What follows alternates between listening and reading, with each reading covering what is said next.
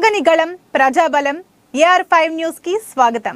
కడప జిల్లా బద్వేల్ పట్టణంలో చెరువులు, మోరీలు, వాగులను కబ్జాదారుల కబంధహస్తాల నుంచి ప్రభుత్వం కాపాడాలని, ప్రభుత్వ అనుమతి లేకుండా ఇటుక పట్టీలను, సిమెంట్ దిమ్మల ఫ్యాక్టరీలను మూసివేసి వారిపైన క్రిమినల్ కేసు నమోదు చేయాలని DYFI నిరసన కార్యక్రమం అనంతరం బద్వేల్ డివిజన్ రెవెన్యూ అధికారికి వినతి పత్రం సమర్పించారు. బద్వేల్ పట్టణంలోని చెరువులు, మోరీలు, వాగుల సైతం లెక్క చేయకుండా ఆక్రమించుకుంటున్న భూ కబ్జాదారులపైన చర్యలు తీసుకోవాలని భారత ప్రజాతంత్ర యువజన సమైక్య DYFI బద్వేల్ పట్టణ కమిటీ ఆధ్వర్యం నిర్వహించారు. ఈ కార్యక్రమాన్ని ఉద్దేశించి DYFI కడప జిల్లా అధ్యక్షులు ముడియం చిన్ని మాట్లాడుతూ బద్వేల్ పట్టణంలో విచ్చలవిడిగా భూ కబ్జాదారులు చెరువులను, మోరీలను, వాగుల సైతం ఆక్రమించుకొని ఇండ్ల నిర్మాణాలను చేపడుతున్నారని, వారిపైన రెవెన్యూ అధికారులు మరియు ఇరిగేషన్ అధికారులు మరియు మున్సిపాలిటీ అధికారులు చర్యలు తీసుకోవడం లేదని వారు తెలిపారు.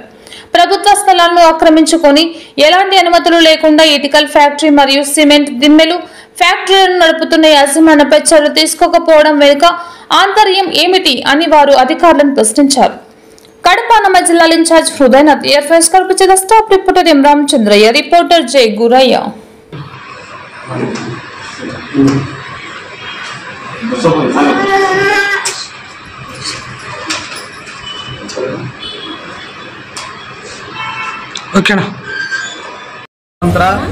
యువజన సమాఖ్య DYFI బద్వేల్ పట్టణ కమిటీ ఆధ్వర్యం ఈరోజు స్థానిక RDO కార్యాలయంలో రిప్రజెంటేషన్ ఇవ్వడం జరిగింది.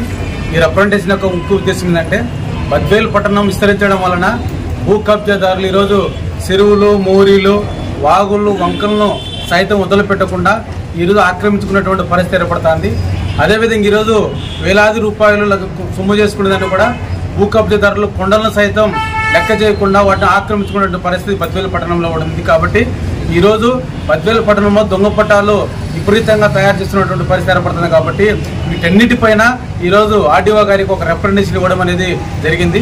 ఈరోజు బద్వేల్ పట్టణంలో ఇటు చూసినా చెరువులు సైతం ఈరోజు ఆక్రమించుకుంటూ వాగులను, మోరీలను కూడా ఈరోజు ఆక్రమించి పెద్ద పెద్ద బిల్డింగ్స్ కట్టిన పరిస్థితి బద్వేల్ పట్టణంలో ఉంది.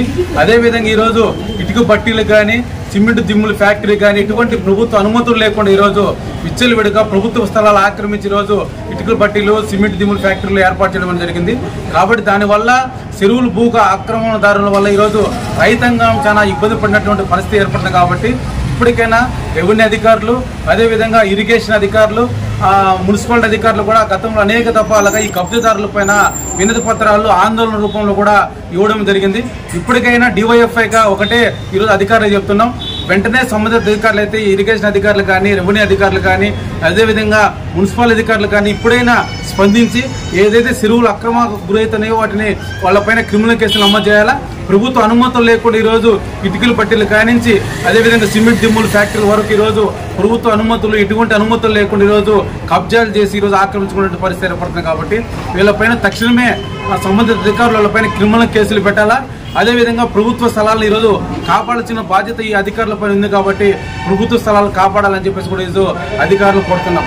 అదేవిధంగా బద్వేల్లో ఎక్కడ చూసినా ఈరోజు పొద్దున్న లేస్తే సాయంకాలం వరకు భూ బకారస్తులు, అదేవిధంగా భూ కబ్జాదారులు, దొంగ సంతకాలు తయారు చేసే వాళ్ళు, దొంగ పట్టాలు సృష్టించే వాళ్ళు టీములుగా తయారై ఈరోజు బద్వేలు విచ్చలవిడిగా ఎక్కడ ఖాళీ జాగా కనిపిస్తే అక్కడ ఖాళీ స్థలాలకు దొంగ పట్టాలు తీసుకొచ్చి ప్రభుత్వం వారు వాళ్ళ సంతకాలతో ఈరోజు మాకు ఇచ్చినారని చెప్పేసి ఎవరైతే పేద బిక్కి ఉండరో వాళ్ళని దౌర్జన్యం వేసి ఆ స్థలాలు లాక్కునేటువంటి పరిస్థితి ఏర్పడుతుంది. కాబట్టి తక్షణమే ప్రభుత్వ అధికారులు కానీ, సంబంధిత అధికారులు కానీ ప్రభుత్వ స్థలాలు కాపాడాలా.